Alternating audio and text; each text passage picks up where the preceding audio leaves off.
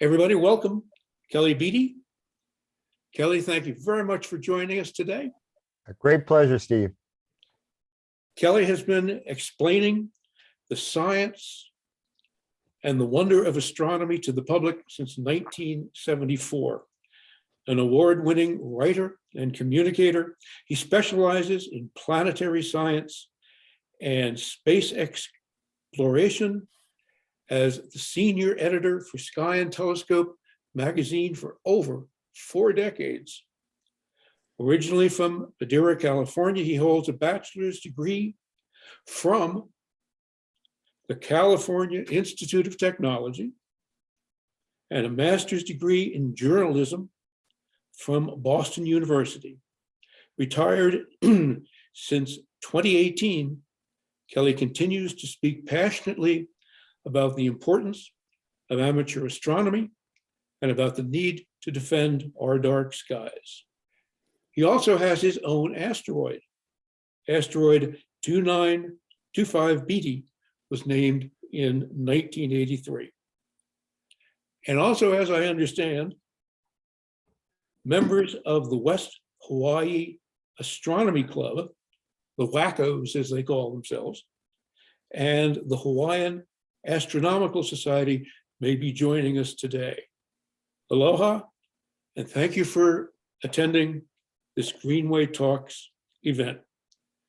If I could, some procedural points. We're going to do this as a discussion, as a conversation, rather than as a formal presentation.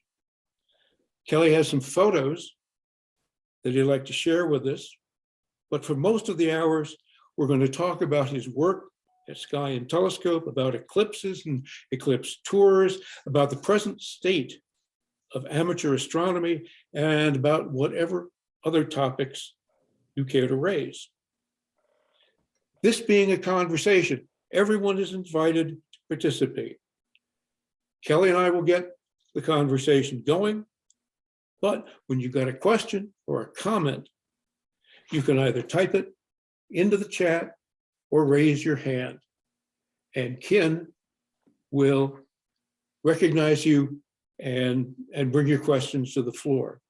But either way, right now, please turn off your microphone, and then you can turn it back on when you have something to say. So, hey, for decades, we've been reading his articles in Sky and Telescope. And now, good morning, Kelly. Again, thank you for joining us. Pleasure to meet you. And how are you doing, and where are you? Well, thank you, Steve, and thanks for that introduction. It's funny. My wife and I have been married 38 years now. Decided early on that when I got to retirement age, we were going to do a lot of traveling, and we've COVID-19 has put a crimp in that, but we're definitely on the way to recovery. We just returned from 3 weeks in South America and Antarctica. We were chasing a total solar eclipse that took place on December 4th. We were one of 15 ships that were in the path of totality. It was also seen from the Antarctic continent, and there were some people that saw it there. So only one of those 15 ships actually got to see totality, and I'm sad to report that it was not ours. We were stuck in some really dense clouds, and it's not an entire loss because it does get dark. So I can claim to have experienced totality. And for those who have seen total eclipses before, that when the sun gets hidden, the sky gets dark. In this particular case, it was especially dark, and I think that's because of the cloud deck above us sort of limited the amount of light that could be scattered down below. And boy, it got seriously dark. So it was fun while it lasted, I guess. So now I'm home. I live in Chelmsford, Massachusetts. It's a lovely town. I moved from California to Massachusetts in 1974 to take my job at Sky and Telescope. As Steve mentioned, I'm originally from Madeira, California, Central Valley. A great place. It was a great place to grow up, but it was not a great place to be an astronomer because I was definitely a geek among farmers in that part of the state. But it's been a great time, a great ride at Sky and Telescope. I am my heart is still in California in some ways.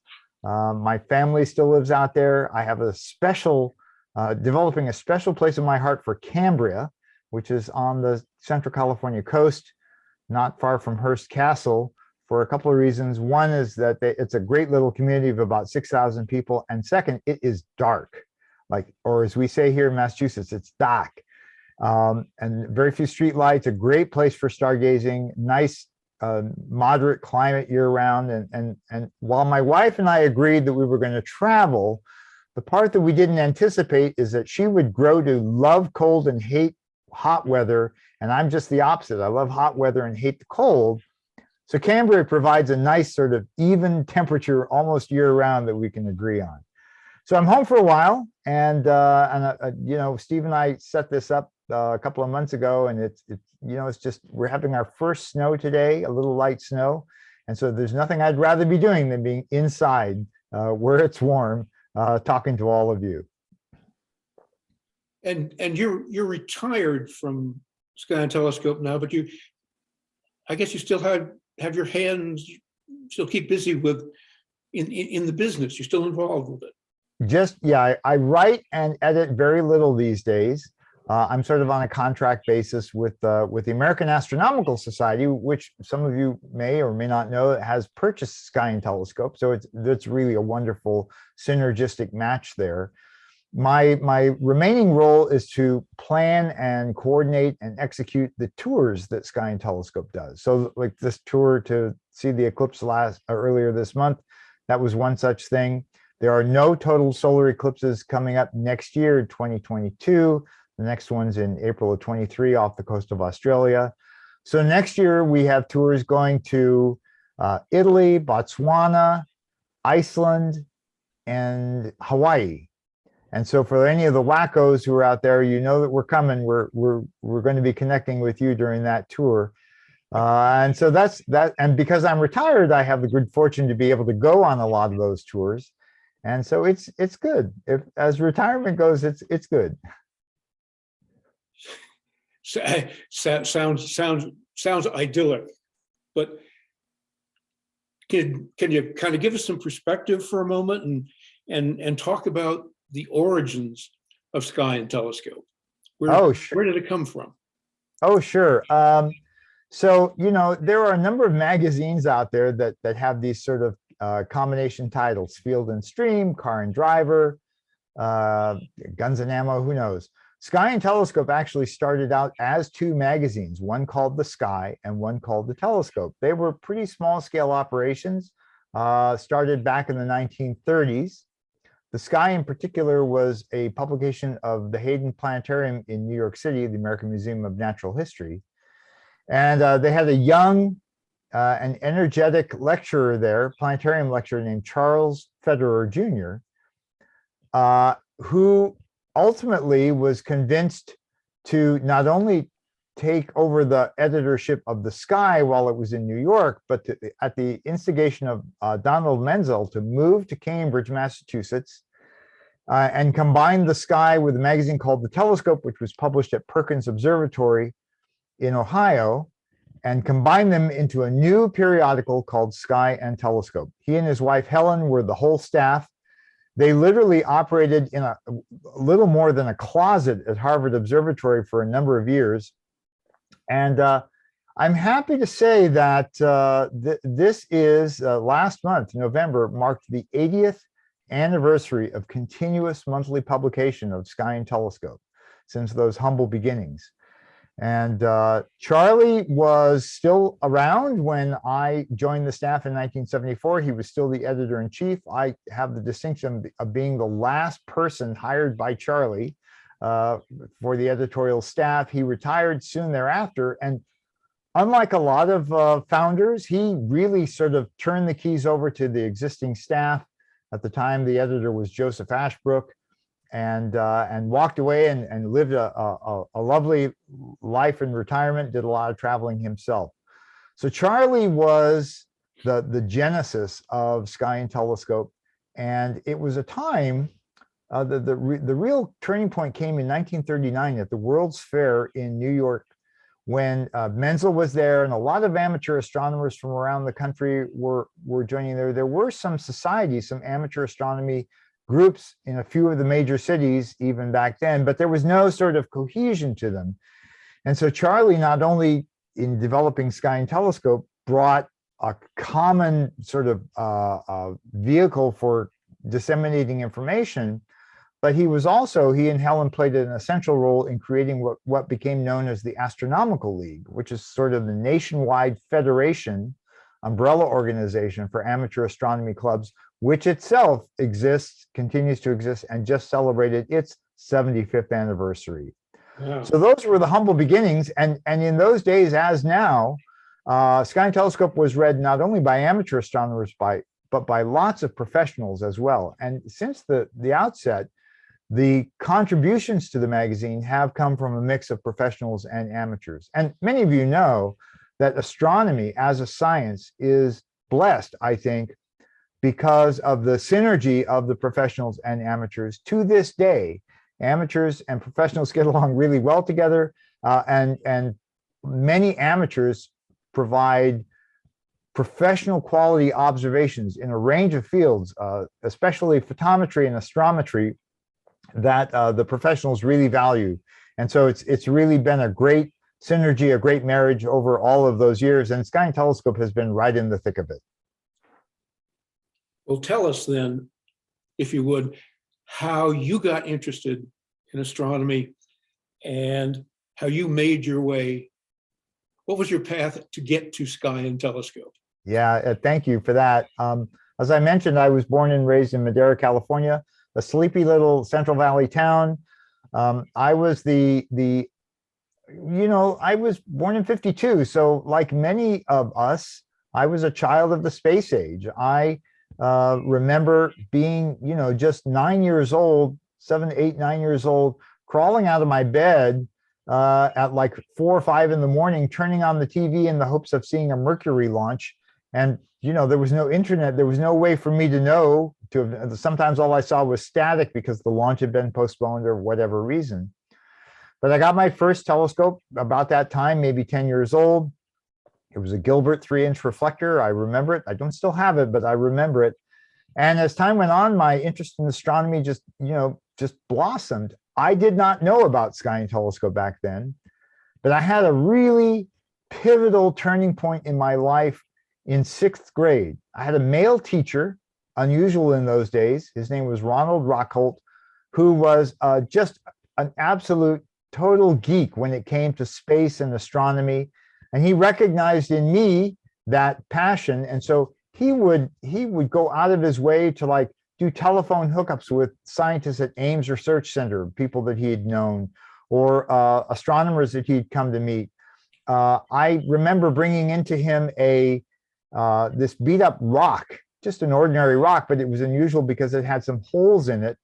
And I said, gee, Mr. Rockholt, I wonder if this is a meteorite. It wasn't, of course, but he dutifully sent it off to some scientists that he had connections with to have it analyzed.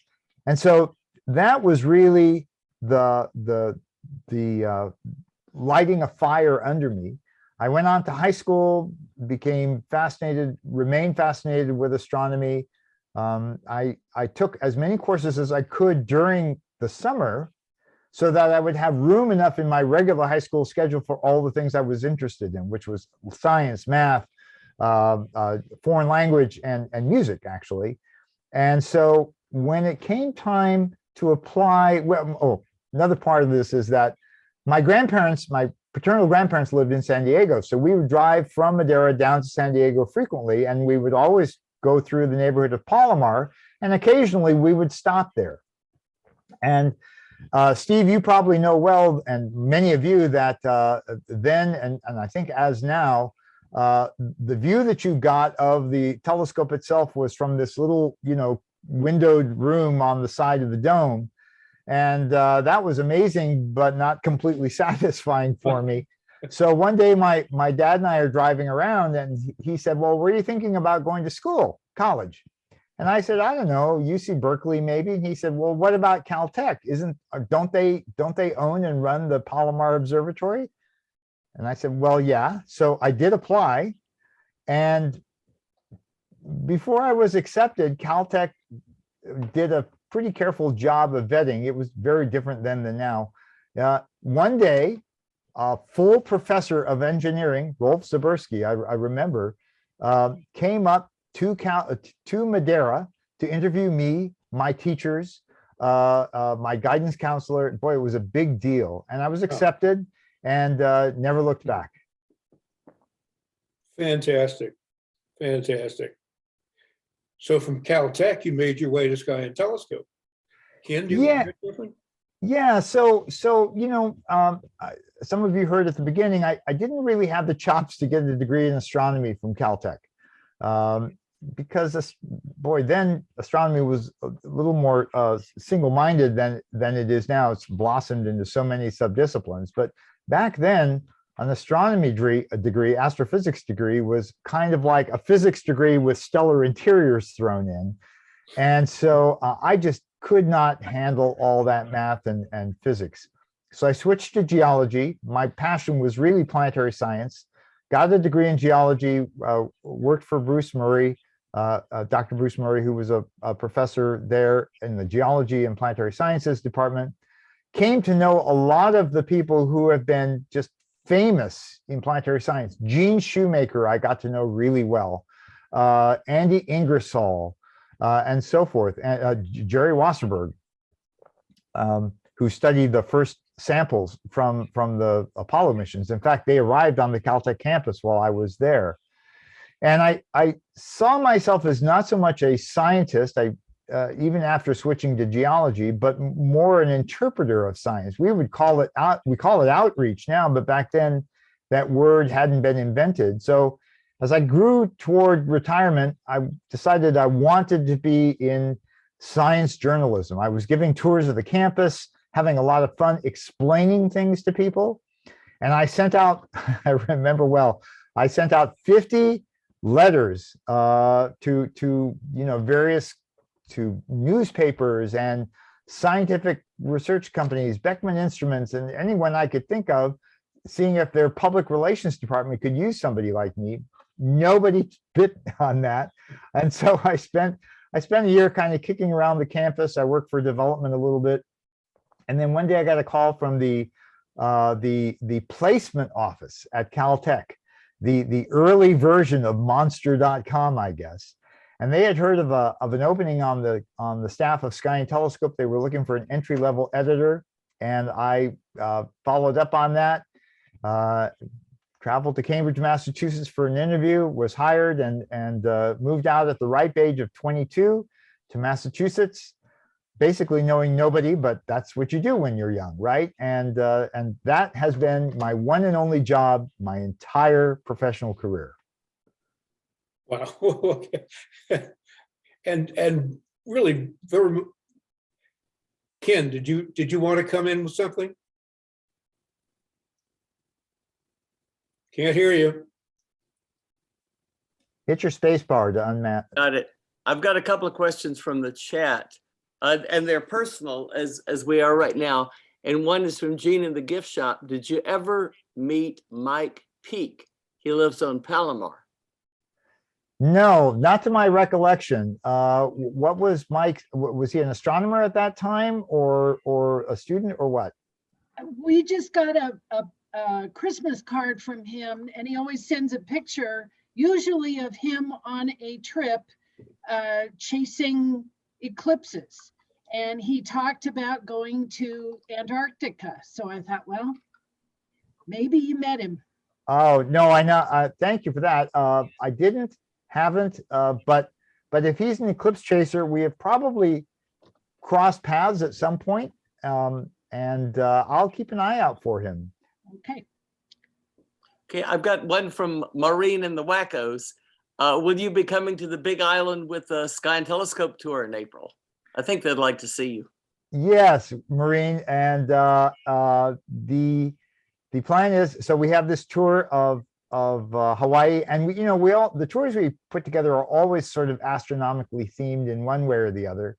And I couldn't come to Hawaii with its latitude of, I think, like 19 degrees and not do some stargazing. It's the time of year when you can see the Southern Cross and some of the southern sky sights. And so we've connected with the Wackos. We're planning to be there during the time that we spend in Kona. And we're also connecting with the Haleakala amateur astronomers while we're on Maui. So Maureen, I'm looking forward to joining you because I'll be on, oh, wait a minute. No, I won't be on that trip, actually. I will not be on that trip. I apologize. You'll get to meet Camille Carlisle, who's one of our great young editors on the staff. And so I hope you all have a great time. By the way, Saul noted that he and his wife honeymooned in Cambria, California, back in 1964.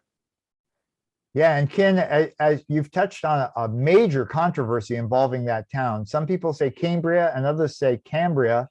And I don't think there's any right way, but many articles have been written about the pronunciation. Well, let me ask you a question, because you might have been involved in this magic nexus of planetary geology. And I wanted, and Lee Silver and the astronauts. So I really wanted to ask, how do you feel about the portrayal of Lee Silver and the whole geology program in that HBO series From the Earth to the Moon? Well, I didn't see the portrayal, but am I guessing that it wasn't particularly flattering? Well, Lee Silver came off very well. He was kind of the star of it, and the rest of the team was kind of, they have to have this creative tension. Yeah. Well, so I took my one and only class from Lee Silver, who was an amazing guy, was the obligatory 6-week summer geology field trip that was required for graduation in the astronomy department. In the geology department, sorry. Then as now, there were relatively few majors in the geology department, and so they only offered that summer course every other year. As it turns out, the phasing was such that I could not take the course, this 6-week course, between my junior and senior year, which is when most people took it from Lee. We'd go out to New Mexico and a bunch of other places. And so I actually petitioned to be allowed to graduate without having taken that course. And it was granted. But because I stuck around at Caltech for another year in various guises, working for Bruce Murray and otherwise, I thought it would be the most diplomatic thing to actually take the course anyway, which I did. I didn't do particularly well in it. Partly my heart wasn't in it anymore. I didn't see myself as a professional scientist, but I did get to know Lee very, very well.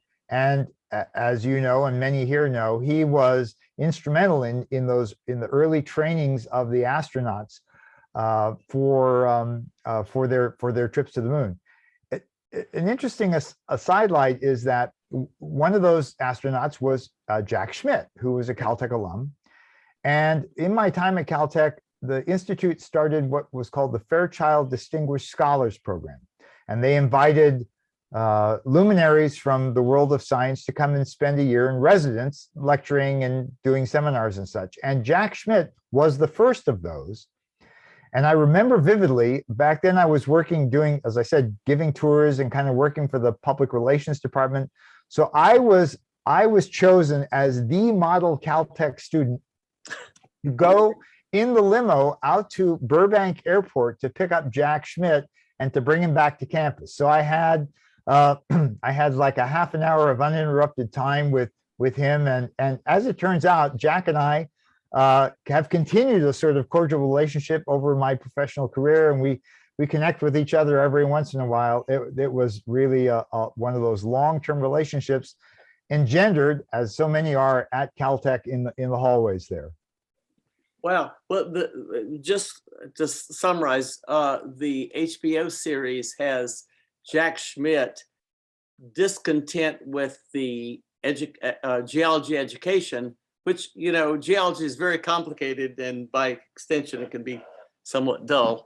with the rocks and classifications. So he recruited Lee Silver from Caltech to teach the astronauts how to do field observations and pick up the right samples. So it Yeah. was very complimentary to both to Jack Schmidt and to Lee Silver.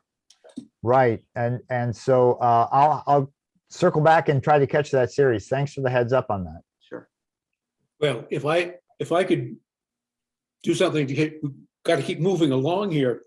Kelly, if you would, please tell us about current projects at Sky and Telescope. What are you doing for them now? Well, what I am doing for them now is I'm kind of on the sidelines. I don't represent Sky and Telescope anymore, except in terms of these tours. But I am in close contact with the staff. So when I joined the staff, it was a time when there are not enough women involved in science now, and there were even fewer involved back then. We had a editorial staff of about 10 people. We had one woman who was local to the area. She was kind of an assistant editor named Molly Boring. She handled the book reviews and not a whole lot else. And so fast forward all these years, the staff now of Sky and Telescope is predominantly female. We have 2 PhDs on our staff, and they are the next generation of the science journalists, the terrific science journalists that will represent Sky and Telescope going forward. One of them, Camille Carlisle, won not one, but 2 major astronomy awards Camille Carlisle and Monica Young each won a nationwide science writing award this past year. And so it's, I think, representative of the fact that the staff of Sky and Telescope maintains the high standards that it's always had. And we are positioned well for, for the future. The future is a little cloudy for publications in general, I think, as many of you know. Driven down in part by the fact that advertising, which had represented a huge fraction of our budget in the pages of Sky and Telescope, has just almost vaporized. It's all on the web now. And so the magazine continues to do pretty well. And in terms of the next steps, I mentioned that Sky and Telescope has been purchased by the American Astronomical Society. And curiously enough, as good as a match as that is anyway, one of the tenets, one of the mandates of the AAS is to promote astronomy to the general public. Well, there you go. What better way to do that than through Sky and Telescope? And so I see actually our positioning within the amateur astronomy community actually growing in the years ahead, because the AAS is very strong on Sky and Telescope, very gung-ho. And we're seeing a lot of resources brought to bear that we didn't have before, and a lot of stability. We went through some rocky times there for a few years. In terms of what the plan is going forward, the next major event in astronomy worldwide will come just a week from now, on December 24th. With the launch of the James Webb Space Telescope. At least that's the plan. I think the time of the launch is 4:20 in the morning Pacific, so you'll have to be early risers to see it live. But that is going to change a lot of what we do, for sure, we being Sky and Telescope. And one of the great things is that the staff there is much smaller than it was back in the day. But we've amassed a great stable of freelance writers. And a lot of what we do now is the lag, we're a monthly publication. So we're just putting the finishing touches on the February issue, and we're well into preparing the March issue of the magazine. That's how far ahead we have to work. So getting timely news from the magazine, the print magazine itself, isn't possible. But our website is skyandtelescope.org, is a fascinating synthesis of news from around the world of astronomy, both professional and amateur. And if those of you who know Sky and Telescope, if you haven't been to the website, that is where you will see a lot of the news. We have this approach that if something important has happened in astronomy, then you should be able to go to Sky and Telescope, whether print or digital, to get the story on it. And so we have a lot of stories that are appearing almost, in fact, daily on the website. That's where a lot of the emphasis has been. A lot of energy has gone into both a standard traditional website and also, social media like Twitter and Instagram, Facebook. We get ourselves out there as best we can. Well, from my own experience, Sky and Telescope has been the go-to publication for as long as I can remember. I had a subscription back in the early 60s, and well, it still is as far as I'm concerned. But I guess you've talked about doing tours, organizing when and how did Sky and Telescope get into the business of running Eclipse Tours? Yeah, that's a great story. So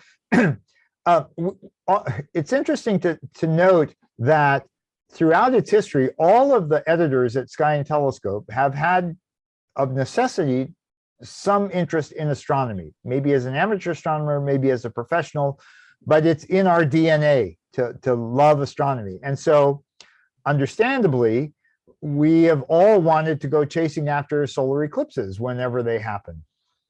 And I was kind of not high on the totem pole, so I didn't get to go on my first solar eclipse trip until 1991 with Sky and Telescope. But the genesis was actually the late 70s when we started going. 2 or 3 editors would want to go to some total solar eclipse somewhere, and as you might know, to see a total solar eclipse, you have to be in the right place at the right time. You have to actually go to where the path of the moon's shadow will cross the Earth somewhere. And what we found was that there were a lot of like-minded amateur astronomers. So it was in the early 80s, I think, that we first started finding travel agencies that would host us and a bunch of our friends. We started advertising these eclipse trips. And some of the early ones were in, I'm trying to think, we had one trip off the coast of Madagascar. Another one was in maybe the Caribbean. And so it sort of mushroomed, and it got to the point where whenever there was going to be a total solar eclipse, we would organize a tour, advertise the availability of that to the readers of Sky and Telescope, and that continues to this day. If you go to our website, not to be commercial here, but if you go to our website, there's a major tab at the top for tours, and you can see we have tours for solar eclipses into the future, sometimes distant future. For those of you who like to chase eclipses, I need to tell you that in August of 2027, there is a total solar eclipse that will be the longest duration of totality for the rest of our lives. It's the longest totality for the rest of this century. And it's a very well-positioned eclipse. It goes right over Luxor, Egypt. And all of the history and the skies are almost guaranteed to be clear that day. And the reason I mention that is, first of all, that the eclipse chasing game has become a lot more commercial. We're not the only people doing this these days. And so the competition for the best sites is pretty intense. And these places that are in the path of totality, they are smarter now. They know that there's an eclipse coming, and they've, organized the pricing accordingly. So we've already locked down the places in Luxor that we're going to go in 2027. And I mention that because we already have nearly 150 people signed up for 6 years from now to go on that eclipse, of that eclipse trip. And so if any of you are interested in going to Luxor, Egypt, I encourage you, whether it's us or somebody else, to book it early, because the best places are going to sell out. Well, these tours, from what I gather, very much have combined the eclipse with sightseeing. Oh, yes, absolutely. So the reason for that, by the way, somebody has just put a note in the chat that James Webb Space Telescope's launch has been delayed until the 24th. Oh, wait a minute. Did I say 24th? Is that? 24th. Yeah, it is the 24th. Okay, so it hasn't been delayed. It will. The 24th is when it's going to be launched, right? Okay, that's unchanged from the beginning of this. Yeah, so a lot of people who are interested in astronomy have spouses who are not. It's sort of the frank reality. Often it's the husband who's interested and the wife who's not. Occasionally you'll get a husband and wife pair who are both interested, or a wife who's interested and the husband is not. So to keep domestic tranquility, our tours are geared toward, yeah, they might have a heavy dose of astronomy in them, like a tour of Mauna Kea, for example, but there's a lot of sightseeing involved as well. Our trip to Italy coming up is a case in point. I will be going on that one. We have some astronomy highlights. We're going to be touring Vatican Observatory and Castel Gandolfo, which is outside of Rome. The director is an old friend of mine, Brother Guy Consolmagno. Some of you know the name, and he is the Pope's astronomer. And so he's going to give us a sort of behind the scenes tour. That's great. But we're also going to go to the Trevi Fountain and the Colosseum and all the places in Rome and Florence and Padua and Pisa that are the sightseeing highlights for everyone, just to keep it a little bit well-rounded. Well, I mean, I'm sold. Where do I sign? Well, skyandtelescope.org/Italy 2022 will get you there. I mean, of all the tours you've done, what would you consider the most memorable tour that you've been on? I'll give you two. Two, actually. okay. A success and a fail. The success was exactly 18 years ago, one Saros cycle ago. There was a total eclipse of the sun that could only be observed from Antarctica. And we chartered a plane, a big plane, an Airbus 340, to fly from Punta Arenas, Chile, fly over the heart of the Antarctic continent, intercept the totality in midair. And that only works when the sun is down near the horizon, because you can't look that far up in a plane. And we could only look out one side of the plane. So we had about 70 people on a plane that seated like 350. We had a hand-picked crew. I organized that. And let me tell you, flying a big plane like that over Antarctica is not easy to do. I had to get clearance from the Department of State, the EPA, and the National Science Foundation. And I also needed to know where on the Antarctic continent I could land an Airbus 340, a big plane. And the answer back then was there were 4 places only on the entire continent that I could set that plane down in case of emergency. There were no places, 0, where the plane could subsequently take off. We had a crew of a handpicked crew. We had a team from the Chilean Polar Rescue squad on board with us. I had to have survival suits for everybody on board, but it was a major big deal. And we saw totality. It was beautiful. If you ever have a chance to see a total eclipse from a plane, do so, because the range of phenomena that you see playing out on the ground and the clarity of the sky, the contrast and the strikingness of the corona just can't be matched on the ground. So that was the big win. The big fail came about 7 or 8 years ago when I took a group to Kenya for a total eclipse, when the prospect of seeing totality involved just 11 seconds of totality. And to do that, we had to fly from Nairobi north to the national park at the north end of the country. We had to fly in chartered Cessnas. There was nothing there. It was bleak and it was super hot, and it was very crude for 11 seconds. And as totality approached, we were drenched with a thunderstorm. And then we were sandblasted with a windstorm that came in out of the mountains. It's strong enough to blow our tripods down. Needless to say, we did not see totality that day. And we traveled all that way not to see totality. But because it was, climate is what you predict and weather is what you get. People always understood that there was a chance we would be clouded out, as is the case at every total solar eclipse. But we had a combination of sightseeing and some safaris that were amazing in Kenya. The people there were very warm and friendly. It was a fantastic trip nonetheless. It just sort of stood out as having gone all that way to see 11 seconds of totality and then not see it. So that's the plus and minus of the bookends of my eclipse chasing career. Well, you just got back from that eclipse, what, two or three A week weeks ago. A week ago today, I started on the way back. A 33-hour trek to get back here, I must say. I was hoping, do you have pictures you could show us? Well, I do. And, Steve, I confess that I forgot that I was going to show some pictures.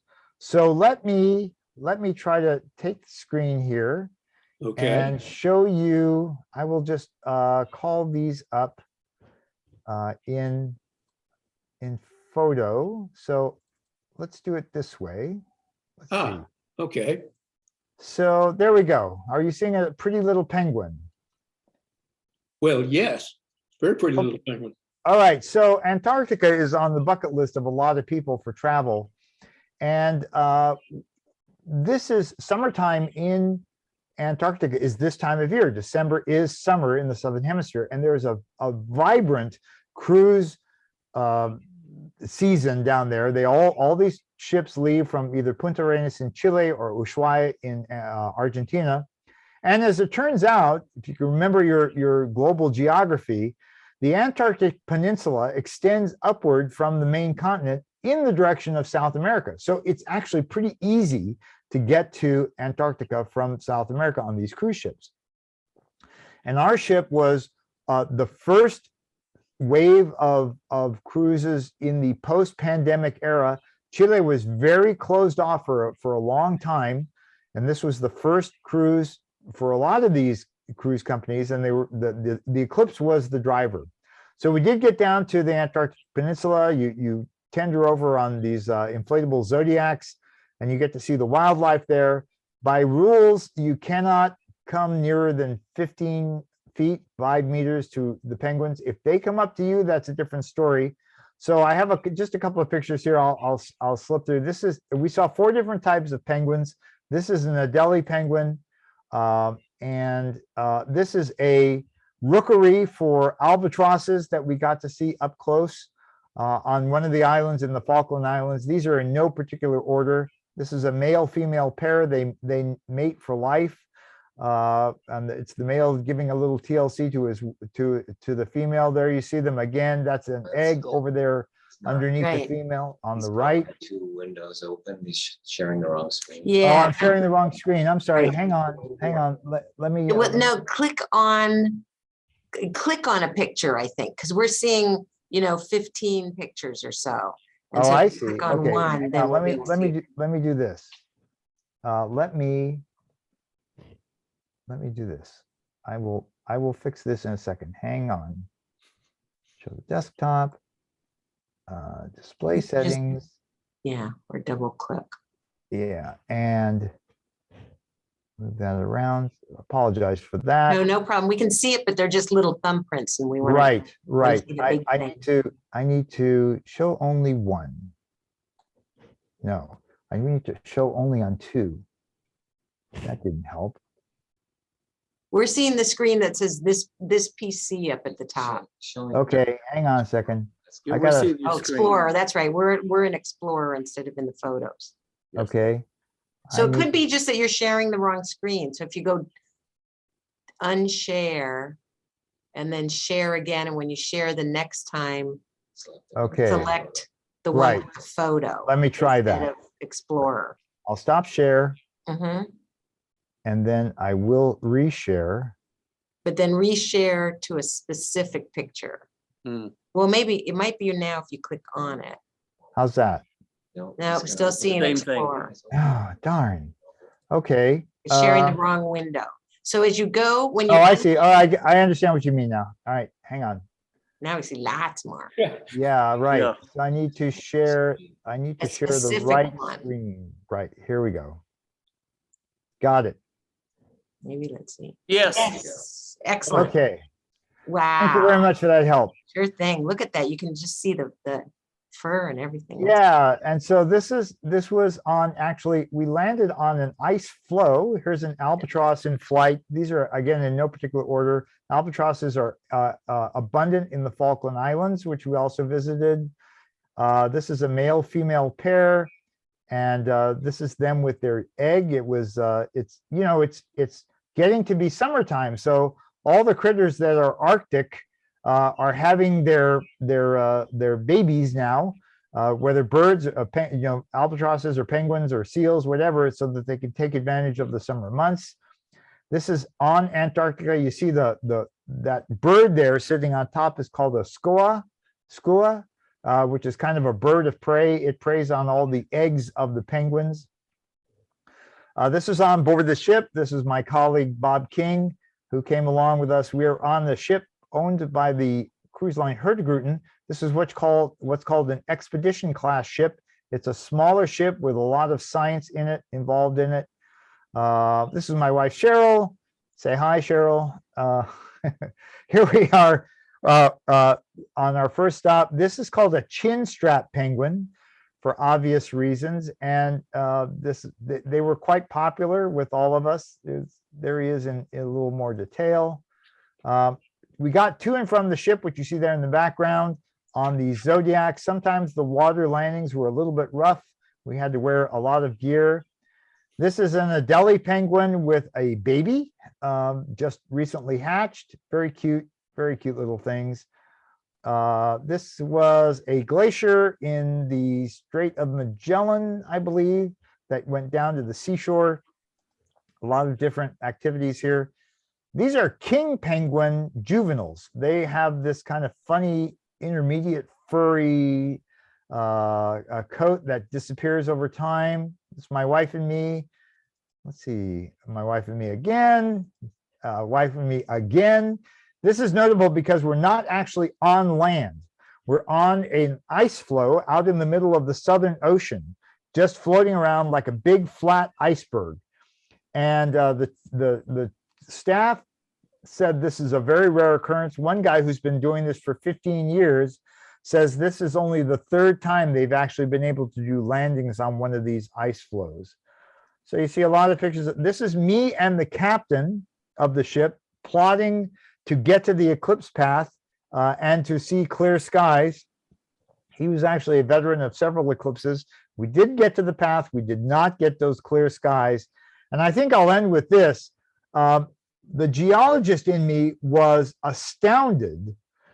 Now, if you think about the fact that this Antarctic peninsula sticks out into the middle of the Southern Ocean for many hundreds of miles, you would probably conclude that the reason it sticks out is because it's mountainous. But somehow in my mind, I was so fixated on the eclipse coming up, I hadn't really figured on seeing much topography on the Antarctic Peninsula. And boy, was I wrong. You can see from the background there, it was jagged, it was rough, it was just breathtaking in its splendor and its just rawness, covered with snow for sure and glaciers in some places, but it was just amazing topography that just opened my eyes literally and figuratively. And so I think I'll leave it at that, Steve. Okay. We'll revert to the rest of the story. I for those of you who have the inclination, please do include the Antarctic Peninsula in your bucket list, because it's definitely worth going. Well, I'd like to change, excuse me, change directions a little bit here. Time is moving along. But before we move into the next section here, Ken, you got some questions in the chat? Ken, we can't hear you. Roger. Got some good experiences from Jim and Edward about tours they took. One was Eclipse set up by Roger Tuthill, and another was the Chile tour a few years ago.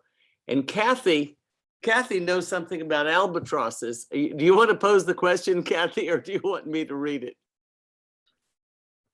Okay, I'll read it. It seems that, yes, albatrosses are monogamous, but divorces are on the rise. It seems that because of the warmer waters, food is becoming scarcer and a partner arrives too late. Bird numbers are lessening. So I don't know if you experienced that yourself, but. Well, it's obviously they pair even if it's for one season.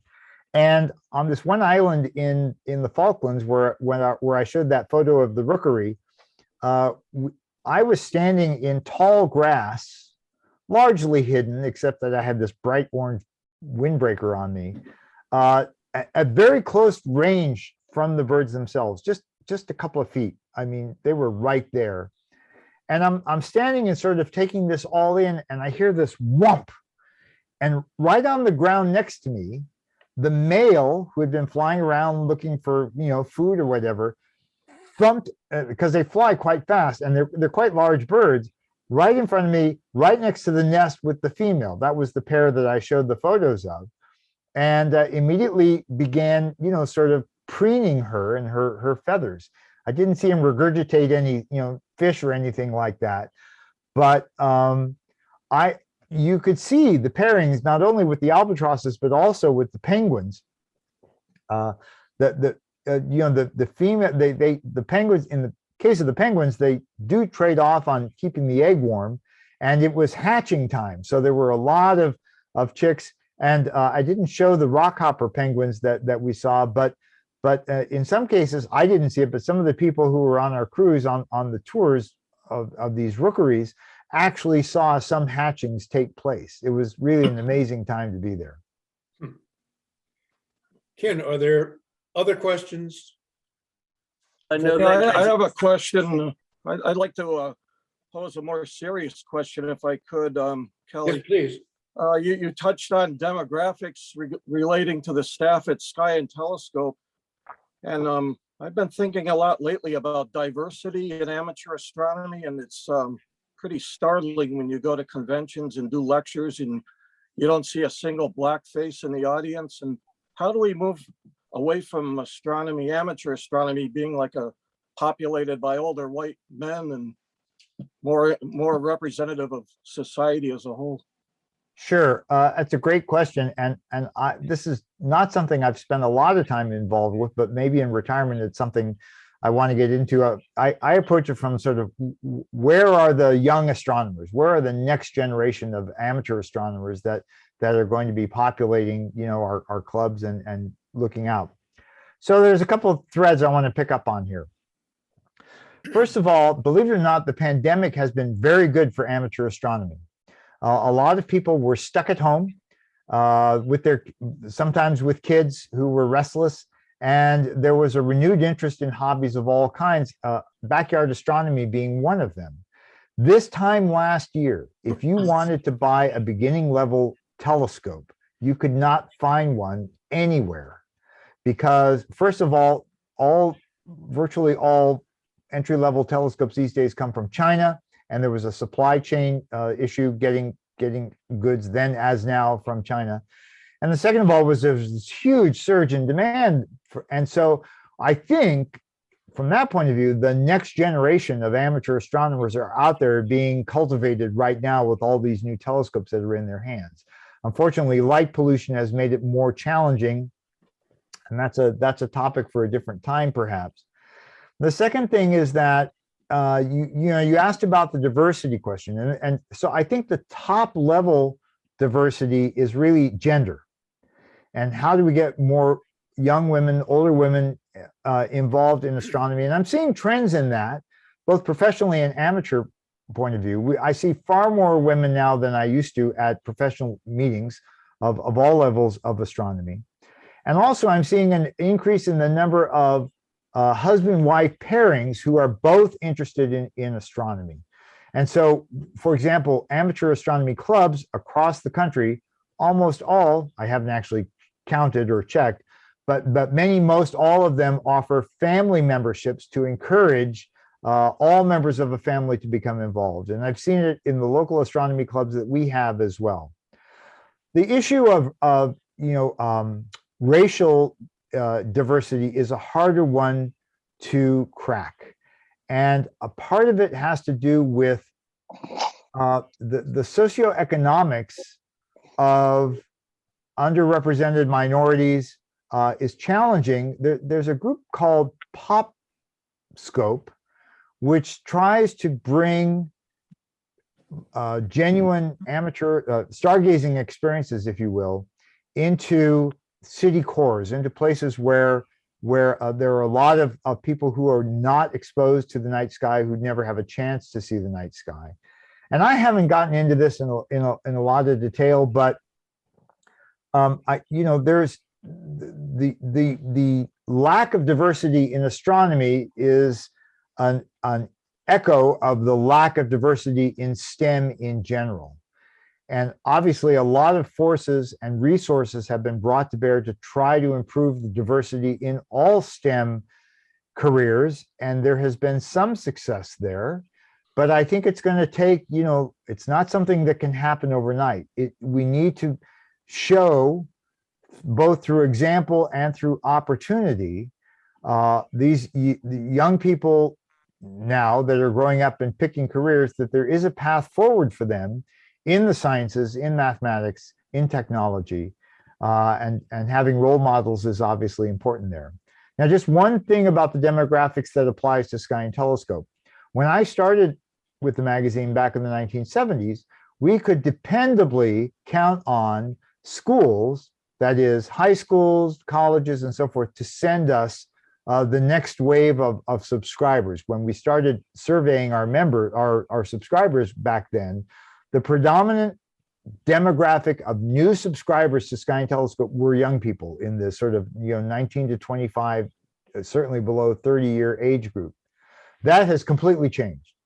There are very few young readers of Sky and Telescope. Many of you probably remember getting issues of Sky and Telescope in your mailboxes when you were youngsters. There was pre-internet.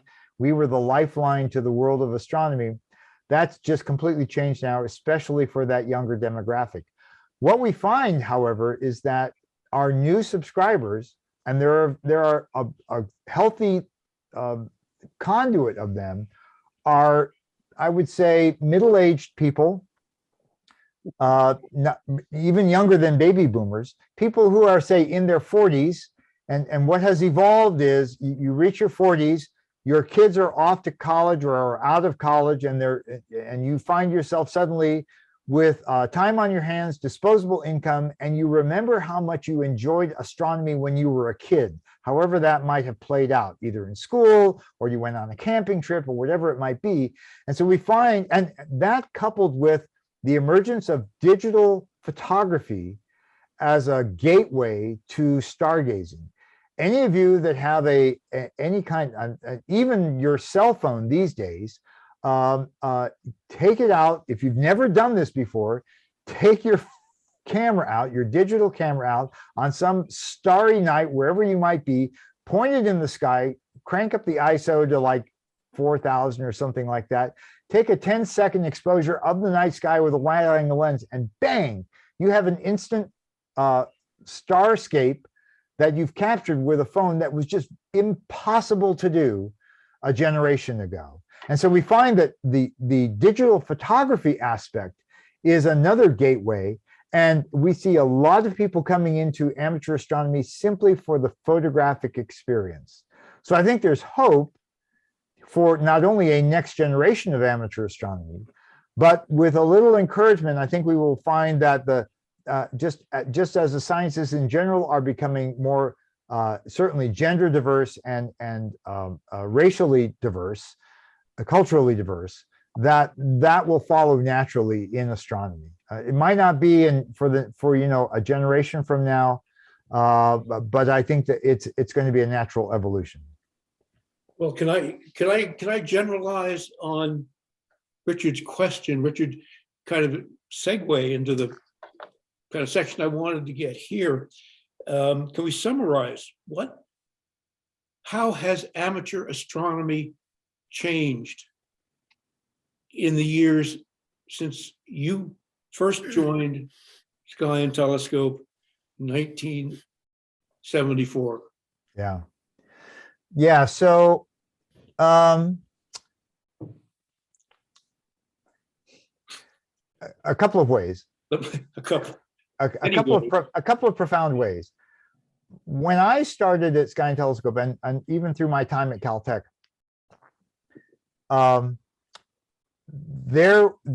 what we knew about the universe was pretty limited. A 200-inch telescope notwithstanding. We were only beginning, for example, to appreciate the role that near-Earth asteroids play in Earth's history. I think you mentioned at the top, Steve, that I have an asteroid named after me. That was a wedding gift from Eleanor Helene, Glow Helene, who with Gene Shoemaker pioneered the search for near-Earth asteroids from Palomar using the 48-inch Schmidt and later the 18-inch Schmidt. And in fact, it was the 18 that was the Discovery telescope for Comet Shoemaker-Levy 9. Gene and Glow parted ways not long after I left Caltech, but Glow actually asked me to be an observing assistant for her program. My career might have been very different if I had taken her up on that offer.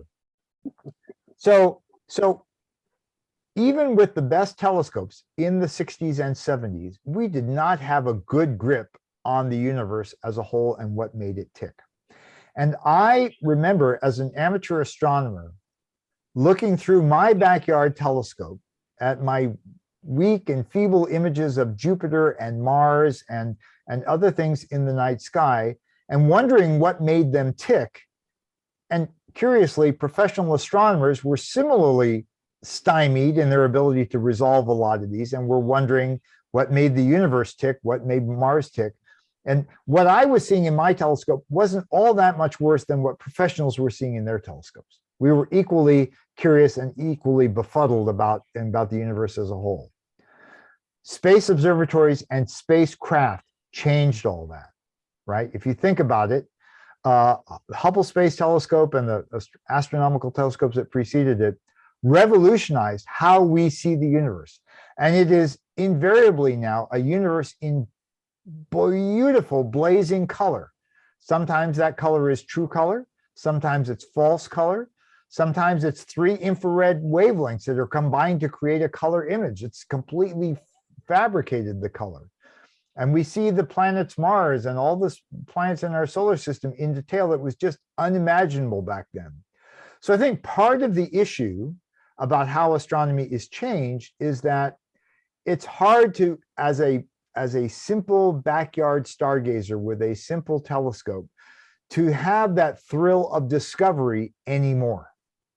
It's kind of all the things that you can discover at the backyard telescope level have been discovered and seen in much greater detail and color than I am capable of showing with my backyard telescope and in color. So in a sense, I blame spacecraft and the Hubble Space Telescope for screwing it up for me, not to mention the fact that, our nighttime vision is essentially black and white.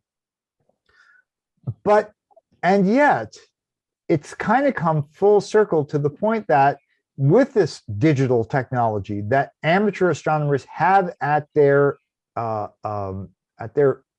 able to get large aperture telescopes. When I was growing up, a 6-inch telescope aperture was a big telescope. And now, a 2-foot diameter reflector is common in the ranks of if not amateurs themselves, but their clubs, for example.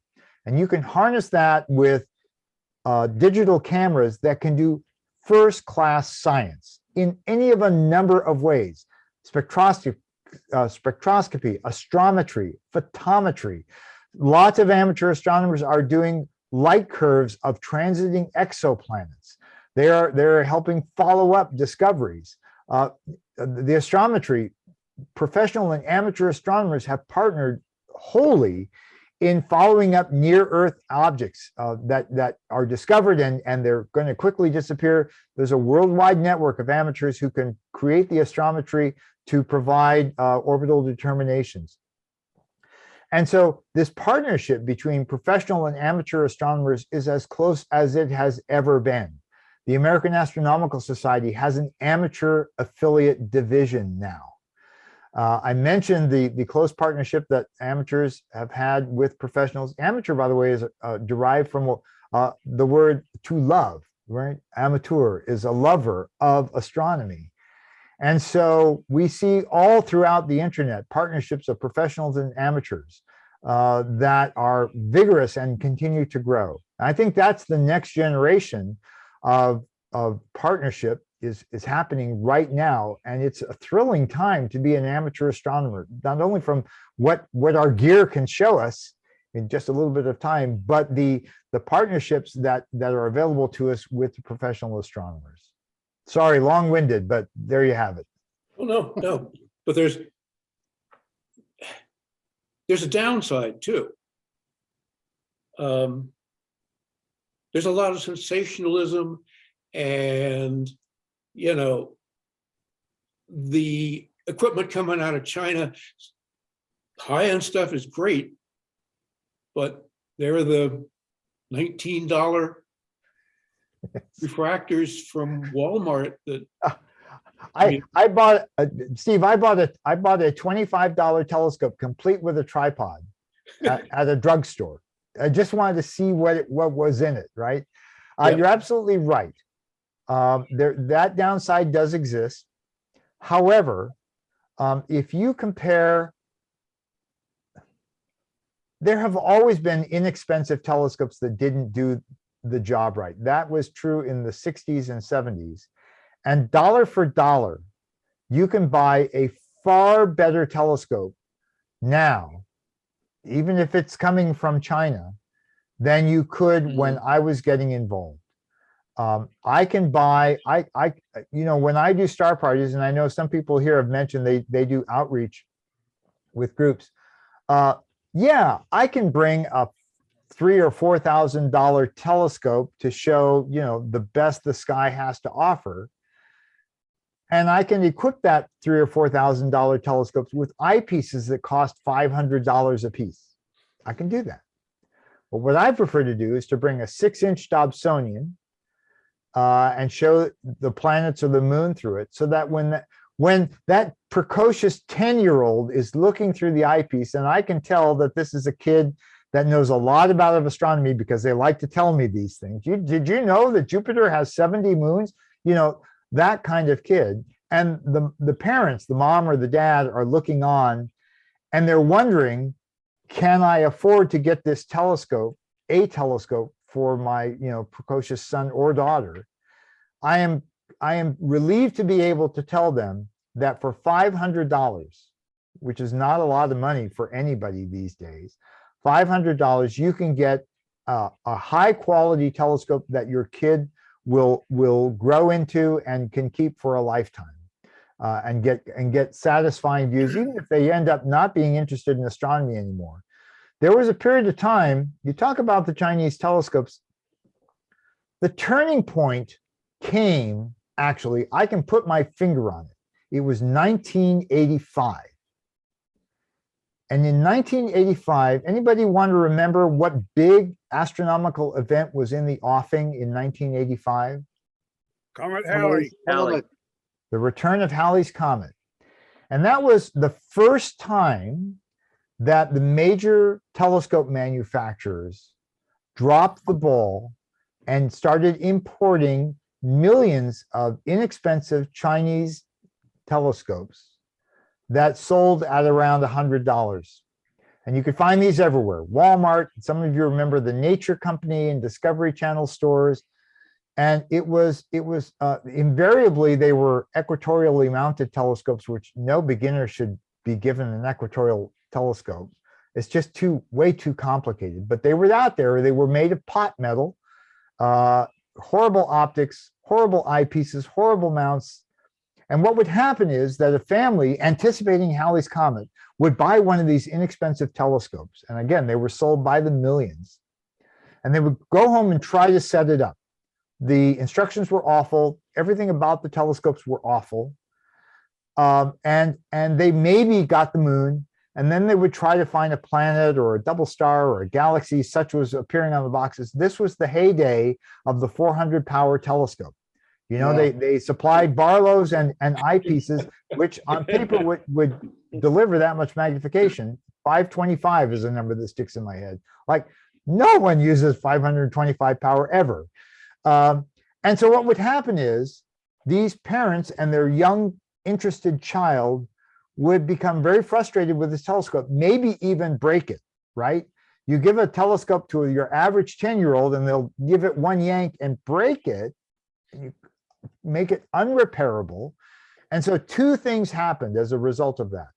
First of all, the telescope went into the closet or to a yard sale and was never used again by that family, stifling that creativity. And the second thing is that family would never buy another telescope again. And so the manufacturers essentially shot themselves in the foot, because for those of you who've been in amateur astronomy know, there's a progression, there's an evolution. You buy your first telescope and you outgrow that, so then you buy another telescope and you get, aperture fever, as we say. I have a dozen telescopes sitting in my garage of various and sundry kinds, and they all have their purpose in my life. And my first telescope and my last telescope and my biggest telescope and my most portable telescope. And so that evolution, the opportunity for that manufacturer to sell that family their next telescope vaporized. And I think that was the turning point. And it's better now. So Steve, you mentioned the Chinese telescopes. Back in the 1980s, there was no such thing as a good quality Chinese telescope. And now the market is flooded with good quality Chinese telescopes. And so it's not the fact that they're from China, it's the fact that the manufacturers have realized that there is a market and there are quality sellers of telescopes. They're not Walmart. Yep. They're not drugstores. They're not department stores. They are online. In the Los Angeles area, for example, well, we're talking about, the sort of LA to San Diego axis. Oceanside Photo and Telescope in Oceanside, California is a great store. Woodland Hills in Woodland Hills, California, in the suburban LA, is a great telescope store. These are stores that are by and for amateur astronomers. Ken, you got your hand up. Go ahead. Yeah, I want to call that Robert Humphreys has raised his hand very patiently. Thank you. Robert, go for it. Oh, yes. Thank you. This has been such an interesting talk. I'm a biologist by training, and I used to do a lot of outreach. And sometimes I would encounter conflicts between what I was trying to present and people's religious beliefs, particularly when I was trying to get across the evolution of, say, fishes. And I was wondering how much you've encountered this in your outreach and how you've been able to deal with it. Right. I give a lot of public talks. One of my most popular right now is titled, "Are We Alone? A Search for the Ubiquity of Life in the Universe." And one of the things, I start off that talk, I don't suddenly go launching like, here's, we're going to go search for life elsewhere. I build the case for life on Earth. And so I necessarily go into, how long there has been life on Earth, the 3.5 billion years, how the earliest life forms were microbial and how that was the predominant life form on our planet for all that time. And I honestly have to say, maybe I've been lucky. I've not had any pushback. I've not encountered, maybe it's a self-selection kind of thing. No one who believes that the Earth is only 9,000 years old is necessarily going to come to a talk by me on whether there is life elsewhere in the universe.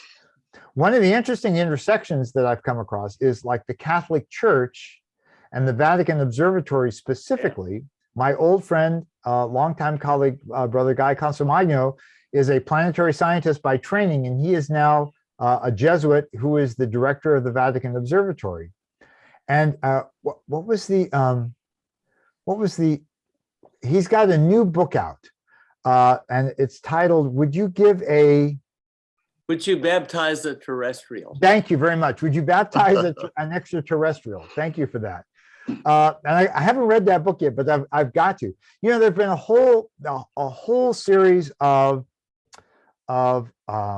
especially with the Catholic Church, a rapprochement of the old ways of thinking and the new ways of thinking. There was a scientist by the name of Paul Davies who really has explored, as has Brother Guy, the intersection of science and religion, of astronomy and religion specifically. And I think that's been very, very healthy.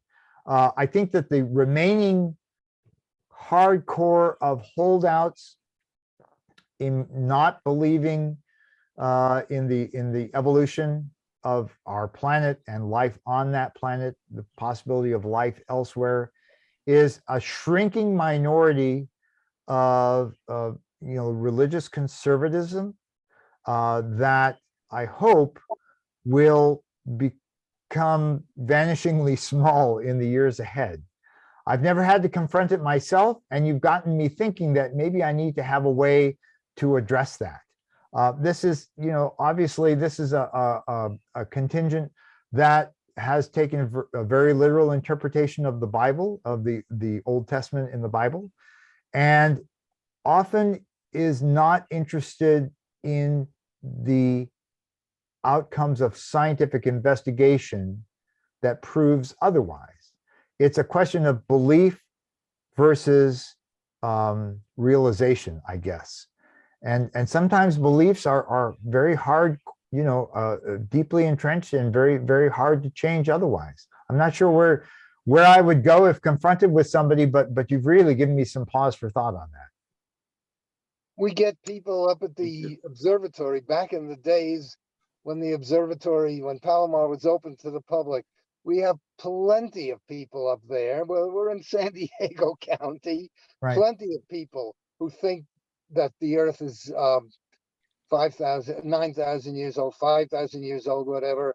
And it's not something that you can discuss with people in a logical fashion. What you said about their idea is right. They have their idea of their faith, and you're not going to change that by conversation or any sort of scientific evidence that other people might accept. Yeah, we get plenty of them at the observatory. Well, and I found a lot of inspiration along this train of thought in reading Galileo's Daughters, because of Galileo and the Inquisition, and just accepting the notion that the sun was the center of our solar system, and the kind of mindset of the church in that time. I took heart reading my engagement with Brother Guy recently, because he's going to be involved in our tour to Italy next summer. He said, and this might come in handy, the Bible is a book about spirituality and religion. It is not a book about science. And so even enlightened church leadership recognizes in general that what passes for physical events in the Bible is an interpretation and not something that necessarily happened in fact. And so I don't think you're going to dissuade those people who come up from believing that the Earth is 9,000 years old. But what you can show them is the beauty of the universe. And I need to figure out what the chapter and verse is, but there is a passage in the Bible that says the heavens declare the glory of God. And so if my own personal faith journey has been that, God is showing us, allowing us to discover all these things about his universe. And how fortunate are we that we've evolved to the point that we're able to do that. And if God intended to keep the origin of the universe hidden from us, he's doing a pretty poor job of it. One thing I've learned, though, in my experience as a docent at Palomar, is I don't quote scripture to people who can quote scripture far, far better than I can. Well, we are running long on time. And Kelly, I greatly appreciate the time that you've given to this. Kind of, Ken, are there a couple more things in the chat? And then we will wrap things up. There are a number, actually, there was a lot of resonance on the last topic. Edward talked about George Lemaitre. There are a lot of famous clergy, Catholic clergy, who were notable astronomers. Lemaitre with the Big Bang, Shecky with, basically spectroscopy, and others. But if I could jump in, and I know Brother Guy also, a couple of his books that are very useful on this point, particularly on the mindset of science and religion and how they differ. One is more biographical, Brother Astronomer by Brother Guy Consolmagno. And the other is an excellent book called God's Mechanics. So dealing with faith and science, but you get the notion of belief, evidence, and those kinds of things. Yeah, and there's one by, I think it's Paul Davies from some time ago, but it could be on your book list too, called God and the Astronomers.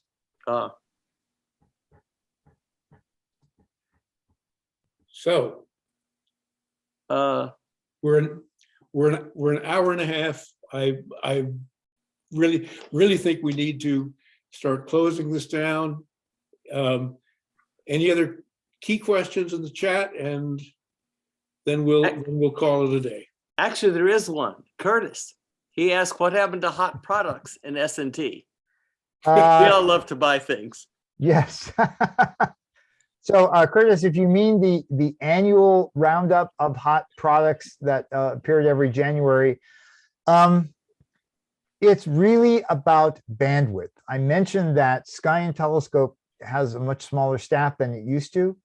And I think where our bench is weakest right now is in what you might call hardcore observers. We've got Sean Walker. We have a number of contributing editors who are keen observers. But that hot products review, which was a sort of like the best products of 2021 and so forth, took an enormous amount of time to prepare. And I think it was just a matter of putting the limited resources that we have to get the most mileage out of it. And I suspect that was one of the things that fell by the wayside. I can't speak for the staff. I don't know specifically. I don't attend the staff meetings anymore, but that's just supposition on my part. Well, I think we need to wind this down. Could I ask one to conclude with? Kelly, would you tell us about the globes on the bookcase behind you? Yes, you certainly can. I mentioned that my background is planetary science, and just briefly, NASA has, and especially the U.S. Geological Survey in Flagstaff, their astrogeology branch, have a long history of creating maps of other worlds, the other worlds in our solar system, and these are public domain. And so over time, we have taken those maps and reprojected them in a way that they can be made into globes. Now, all the globes you see back there are 12 inches, 30 centimeters across, and they're manufactured by a company in Illinois called Replogle. And I have had the great pleasure of being the guy, especially when I was full-time at the magazine, to sort of produce those. What you see back there, let's see, the one with the big purple spot at the bottom, that is Mars, and the Hellas, is it Mars? Maybe it's the moon, and no, I think it's Hellas on Mars. The one of the Earth that you see there on the edge is not just an Earth globe, but it's a globe of the Earth that has all of the total eclipse paths through the end of this century plotted on it. So we have a lot of fun doing these. They have actually helped. We talked a little bit about the history of the magazine and how it's sustaining itself. The products like these are another source of revenue for us that helps sustain the magazine and keep us vibrant. And I've had a lot of fun working on those. I can tell you, you can't tell anybody, okay? I'm working on a set of globes of the Galilean satellites. Shh, that's just between us. Nobody else will know. Our secret. Well, with that, I'm sorry we may not have gotten to all the questions, but thank you everybody for being here and participating. And particularly Kelly, thank you very much for this. Yay. Thank you all. Yeah, it's great to see you here. And for those of you who are in and around the observatory, next time I show up, I'll expect a personal tour. Speaking of which, the American Astronomical Society is holding its 240th meeting in Pasadena in June. Any chance you will be out for that? Probably not. Partly because I'm retired, and partly because one of the things that in all the years I was at S&T, I never ever was assigned to go to full meetings of the AAS. If it doesn't go around the sun, I don't know much about it. And so there are others who are much more qualified. I expect that you'll see either Monica or Camille or Diana. Those are our three heavyweight cosmologists. Camille has a degree in astronomy and her specialty is black holes. Monica is a cosmologist, and Diana did cut her teeth as a professional astronomer in the millimeter wavelength observation range. So these are no slouch reporters. I love going to meetings, but I think I've passed the torch and others can do that for me now. Well, we'll look for, I hope they can get here, and I hope we are open for tours by that time. Yes, sir. Well, that'll be great. That'll be great. Anyway, again, thank you. And let me make a note here about our next session. See, I found out it's difficult to get people to speak on Christmas Day and on New Year's Day. It's also difficult to get people to come to meetings like this on Christmas Day and New Year's Day. So, discretion being the better part of valor, our next event will be held in 3 weeks. That is on Saturday, January 8th. The Greenway Talks Online will continue with a presentation by astrophysicist Professor Shelley Wright, head of the UC San Diego Optical and Infrared Laboratory and principal investigator for a project that is getting started here at Palomar Observatory. The project is called Panoseti, and the two remarkable all-sky telescopes that are being installed will support an all-sky, all-the-time watch for optical signals and near-infrared signals sent by alien civilizations here in our galaxy and beyond. And she will tell us all about it. The telescopes are really quite remarkable. So thank you again to Kelly Beatty, and my thanks to all of you for being here and supporting the Greenway Talks Online. Have a wonderful holidays. And with that, I'll close the meeting and we'll see you all on January 8th. Everybody wave. Thank you all for coming. Clear skies to you. Bye-bye. Awesome.